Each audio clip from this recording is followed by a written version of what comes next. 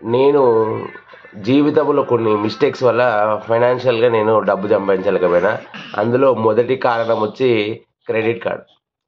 నేను credit card తీసుకుంది 50,000 limit అయితే వానికి నేను 80,000 ఒకసారి కట్టిన.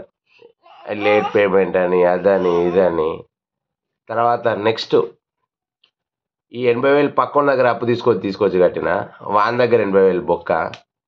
ఈడ 30,000 లాస్. మొత్తం కలిసి 1,10,000 లాస్. ఈ విధంగా నేను చేయడం వల్ల నాకు ఆ క్రెడిట్ కార్డు 50,000 మూలంగా 2,00,000 అప్పయింది. నేను కొంచెం తెలివిగా ఆలోచించుంటే అరే 50,000కి ఎందుకు ఇంత అమౌంట్ కట్టాలని ఆలోచిస్తే ఈ 2,00,000 అప్పయ్యేది కాదు.